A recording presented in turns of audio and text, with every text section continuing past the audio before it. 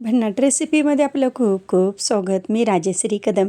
जसं चायनीजच्या गाड्यावर कोबी मंचुरियन भेटते ना, त्याचप्रमाणे मी सोयाबीन मंचुरियन आणलेले आहे. तर 60 ग्रॅम मी इथं सोयाबीन चॉप्स घेतलेले आहे. उकळत्या पाण्यामध्ये टाकायचं, एक 5 मिनटं ठेवायचं.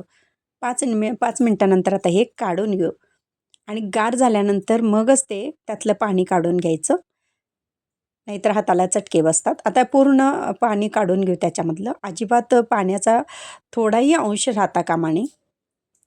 आता हे पाणी काढून झालेले एका ताटामध्ये घ्यायचं आहे. त्याच्यामध्ये लाल तिखट, आता घालूया धना जिरा पावडर, चवीपुरतं मीठ, कॉर्नफ्लॉवर घ्यायचं आहे 2 मोठे चमचे. आता हे चांगलं मिक्स करून घेऊ. ह्याच्यामध्ये आलं लसणाची पेस्ट घालायचं आहे. मेन तेच आहे बरं का, त्याच्यामुळेच खूप छान मंचुरियन लागतात. आलं लसणाचा वापर जास्त करायचा आहे. आता हे चांगलं जोळून घ्यायचं आहे. नंतर फोडणीमध्ये सुद्धा वापरायचं आहे. कोबी मंचुरियनला त्याच्यामुळे तर टेस्ट छान येते.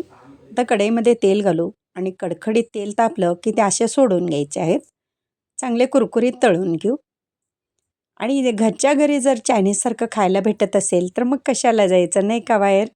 मस्त बनवून तयार होतात. तर आणि कोबी मंचुरियनपेक्षाही खूप टेस्टी हे सोयाबीन मंचुरियन लागतात. नक्की ट्राय करा. आणि आता श्रावण महिना येतोच आहे. बरेच जणांना नॉनव्हेज खायला आवडतं.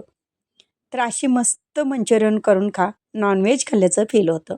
आता कुरकुरीत झालेलं तळून आता ताटामध्ये घेतलेलं आहे. आता कढईमध्ये फक्त 2 चमचे तेल राखलेलं, बाकीचं काढून घेतलेलं आहे. आता आलं लसणाची पेस्ट घालूया 1 चमचा त्याच्यामध्ये. आणि आता ह्या भाज्या चिरलेल्या घालायच्या आहेत. थोड्याशा कच्च्या परतून घ्यायच्या आहेत, जास्त नाही परतवायच्या त्या. आता ह्याच्यामध्ये पण 1 चमचा सोया सॉस आणि 5 ते 6 चमचे टोमॅटो सॉस घालूया. चिली सॉस देखील याच्यामध्ये तुम्ही ॲड करू शकता. तर माझ्याकडे नव्हतं म्हणून नाही घातले. कॉर्नफ्लॉवर मी पातळ करून घेतलं होतं, ते घातलेलं आहे. आणि तळलेले आता हे चॉप्स याच्यामध्ये घालूया आणि व्यवस्थित मिक्स करून घेऊ. आणि चायनीज म्हटलं की नाही, त्याच्यामध्ये भरपूर असे कलर्स वापरतात बघा. ते चायनीज छान दिसतं पण आणि चवीला जास्त चांगलं लागतं ना, ते अजिनोमोटोमुळे. आता कांद्याची पात टाकून झालेले आहे आणि गरमागरम तयार झालेले आपण काढून घेऊ. तर किती हानिकारक आहे तुम्हालाही माहीत आहेच कलर. तर शक्यतो कलर खाऊ नये. तर असे घरच्या घरी मस्त बनवून खा. आणि आता मला मन राहत नाही म्हणून एक बाईट घेते.